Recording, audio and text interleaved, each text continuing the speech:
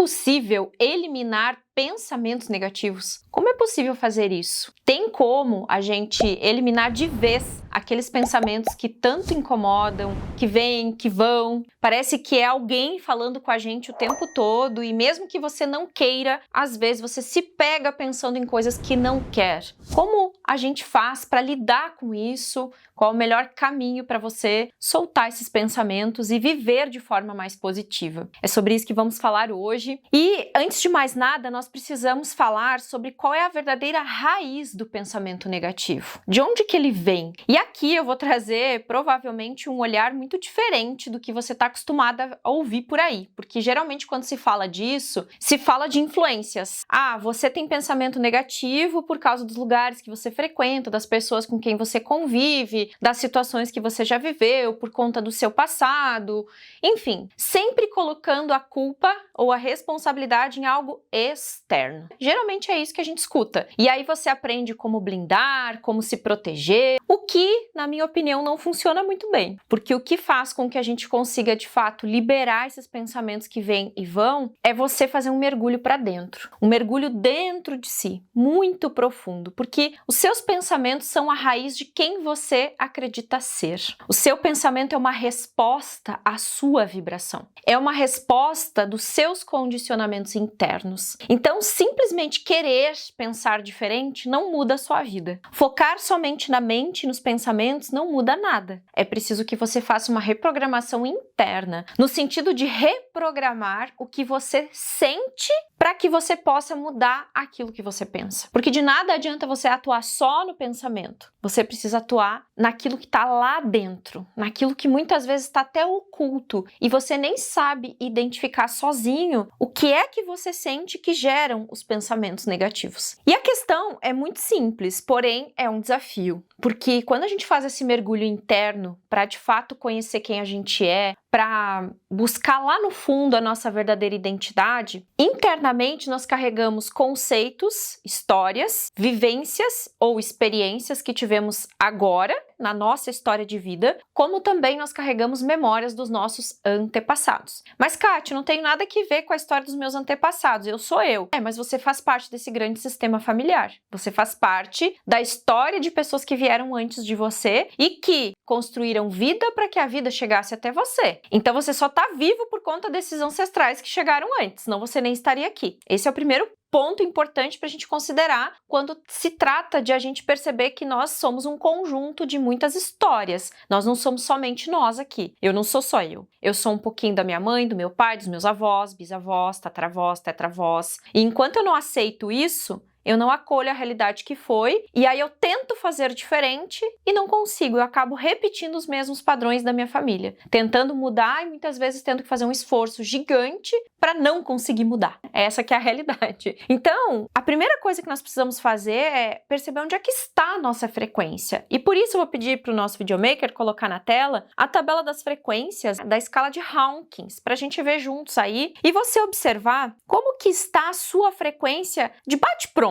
Aonde você está vibrando mais agora, tá? Mas, Kátia, eu tô vibrando no amor, eu tô vibrando na alegria, eu tô vibrando na paz. Ok, se você tá vibrando nisso, então sua realidade deve estar 100%. Você tá prosperando muito, sua agenda lotada de clientes, você tá feliz da vida, nas relações você tá muito bem. Porque, veja, se a gente considerar que a gente tá numa escala lá de cima, né, numa frequência bem elevada, nós estamos num processo de franca expansão, quase iluminação. Porque se a gente for olhar o que eu citei aqui, amor, alegria e paz, por exemplo, está perto da iluminação. Então você já é um ser quase iluminado, no sentido de ter tudo aquilo que você precisa para viver bem aqui na Terra. Se você ainda não vive a realidade que você deseja no fundo do seu coração, é porque provavelmente você oscila ainda em frequências baixas. Você não fica 100% na paz, na alegria, no amor, na aceitação. E aí, provavelmente, você está numa energia de contração, não de expansão. Porque quando nós estamos acima da neutralidade, na disposição, na aceitação, na razão, no amor, na alegria, na paz, a gente consegue criar realidades onde isso se manifesta ao nosso redor. Só que muitos de nós foi condicionado a ficar nas frequências mais baixas. foi ensinado pra gente a viver com culpa. Quando diziam, né, que Jesus morreu na cruz para te salvar, o que diziam na verdade? Que você é culpado por isso e que você tem que carregar essa culpa sobre as suas costas. Então, muitos de nós carregam em outros movimentos da vida esse sentimento de culpa, não necessariamente por conta disso, mas quem está muito aliado, associado às religiões, carrega essa culpa. Quem já dissociou desses conceitos religiosos já não sente mais esse tipo de culpa, mas sente culpa em outros lugares. No lugar como esposa, como marido, como filho, como mãe, como pai. Então, é muito comum que a gente esteja oscilando o tempo todo nas frequências baixas e nas frequências mais altas. Muitos de nós não têm coragem de mostrar a cara para o mundo. E tá lá na frequência da vergonha. Veja, se a gente for olhar pela tabela de Hawkins, a vergonha é a frequência mais baixa. Se você tem vergonha de aparecer, se você tem vergonha de mostrar quem você é, tem vergonha de falar, tem vergonha de divulgar seu trabalho, tem vergonha de ir para o mundo, como eu disse, você tá lá na frequência 20, na frequência lá de baixo, onde você sente vergonha pelo medo da humilhação, você tem uma sensação de ser desprezado ou medo de ser desprezado, o que faz você muitas vezes carregar raiva, angústia e tantos outros sentimentos que mantêm você preso, pequeno, diante da realidade. Então, quando a gente se depara com algo assim, como essa frequência da escala de Hawkins, onde a gente vai vendo, né, o nível em que a gente tá, a gente pode observar aonde que está mais a nossa frequência por mais tempo, para que a gente possa começar a mudar a frequência daquilo que a gente sente para mudar a frequência dos pensamentos. Então, o grande segredo para mudar o pensamento é reprogramando o sentimento, especialmente quando é algo de você com você mesmo. Porque com relação às outras pessoas, às vezes a gente até está numa frequência mais alta, mas quando se trata da nossa relação interna, lá do íntimo, lá da essência, há muita desordem. A gente não se sente merecedor, a gente se compara e quando a gente se compara, a gente se destrói, porque o fracasso só existe na vida das pessoas que se comparam. Se você nunca comparar seu resultado com ninguém, você nunca vai achar que é um fracasso. Você sempre vai se ver como um sucesso. Então, é interessante a gente, num primeiro momento, entender onde é que está a raiz dos meus pensamentos. Ou seja, qual é a frequência que eu estou vibrando que faz com que, inconscientemente, sem eu nem mesmo controlar, esses pensamentos negativos afloram. E aí os pensamentos, eles derivam daquilo que você sente, principalmente com relação a você mesmo. E assim, você tem que ser muito verdadeiro com você, não é comigo, é com você. Porque é sobre a sua vida, é sobre a sua história. Não adianta você ouvir meu vídeo aqui e achar que você tá lá nas frequências maiores, sabendo que você tá mentindo pra você mesmo, você tá se enganando. Não adianta nada. Então, o nosso papel, né, a nossa missão, quando observamos onde está a nossa frequência, é começar a oscilar para as frequências mais altas e permanecer lá por mais tempo. Inclusive, daqui uns dias eu vou fazer o workshop Um Novo Terapeuta. Se você é um terapeuta ou quer ser um terapeuta integrativo, já pega aqui embaixo o link e se inscreve para participar com a gente, porque vai ser um workshop de um dia à noite que a gente vai fazer. E nesse workshop eu vou revelar quem vai ser o novo terapeuta, ou seja, o terapeuta, o profissional que vai atender as demandas do mundo e que vai, de fato, orientar outras pessoas a entrarem em frequências maiores. Como fazer isso? Que práticas que levam o terapeuta para que ele mesmo ressignifique e reprograme a própria vida e possa orientar o seu cliente no processo dele. Então a gente vai falar mais sobre isso, vamos aprofundar isso no workshop. Pega o link aqui e já se inscreve para participar, porque vai ser na próxima semana e vai ser só um dia à noite. Eu nem sei se vai ter reprise, então se programe para participar, para que você possa estar conosco, que certamente depois desse workshop sua vida profissional e até você mesmo não vai mais ser o mesmo terapeuta. E até mesmo se você quer começar ou está iniciando nas terapias, vem para o workshop que eu tenho certeza que você vai aproveitar muito. Bem, esses dias uma cliente chegou aqui no consultório, de forma online, né? Não foi presencial, mas ela chegou trazendo para mim que o maior desafio dela era essa questão de exposição, de falar, de estar na frente do público. Ela hoje atua profissionalmente numa área em que exige que ela dê aulas, que ela fale para os colegas ou para grupos, né, maiores, não só para uma pessoa. E ela disse, eu já fiz de tudo, eu não sei mais que recursos que eu vou buscar e eu vim aqui para a gente olhar isso de perto, ver o que você vê, o que você percebe, né, Kátia, sobre a minha história, sobre a minha questão. Fomos para campo e, de fato, embora ela já tenha trabalhado várias questões relacionadas a isso, o que se apresentou aqui, que deu uma grande virada na vida dela, foi uma questão, e uma dor muito profunda que vem lá da ancestralidade e que tinha a ver com a história do pai, da mãe e de um tio. Na história da mãe, a mãe tinha deficiência mental, problemas sérios com relação a isso, e quando ela era criança ela tinha muita vergonha de falar da mãe dela para os colegas, para os amigos, para as pessoas que ela conhecia. O pai teve uma perda financeira muito grande, eles passaram por uma situação de perda, de problema financeiro enorme, e ela tinha muita vergonha disso também, porque foi bem na fase ali que ela estava saindo da infância, indo para a adolescência, lá pelos 10, 12 anos. Então foi um momento muito difícil, né, para a família, para todos, e ela carregava essa dor inconscientemente do pai, e ainda tinha acontecido na infância dela um suicídio na família de um tio que ela gostava muito, que a família gostava muito, e que esse tio, não se sabe exatamente o que aconteceu, ela pelo menos não sabe muito, mas o que se sabe é que ele escolheu tirar a própria vida. Então eram 3 histórias muito profundas, muito marcantes, e que lá